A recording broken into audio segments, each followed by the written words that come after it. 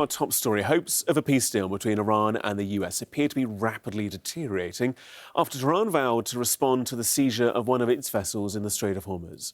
Donald Trump says Marines boarded the cargo ship after it tried to break through the US blockade of Iranian ports to see, in his words, what's on board.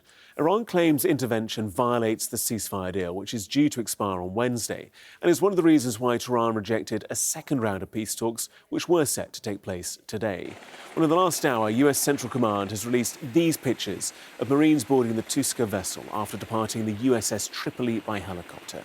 American authorities said one of its guided missile destroyers had earlier disabled the ship's propulsion after it reportedly failed to comply with warnings from US forces.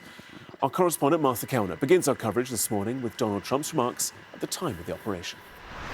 The US seized the tanker, the president writing that it is now in US custody and that they are, in his words, seeing what's on board. But it's been a rollercoaster set of updates, because just a few hours before, the president wrote on Truth Social again that his team of negotiators were heading back to Islamabad, Pakistan, for further talks, a second round of talks with the Iranians. We believe he has dispatched his vice president, J.D. Vance, alongside so-called peace broker Steve Witkoff and the president's son-in-law, Jared Kushner, for those talks. But who knows if the talks will actually happen, because the Iranians are saying they won't be at the table. That's what they're saying via their state news agency, citing Washington's excessive demands, unrealistic expectations and constant shifts in stance. So it's a very delicate situation on the ground. Both the Americans and the Iranians are blaming the other side for what they call a violation of the ceasefire. Iran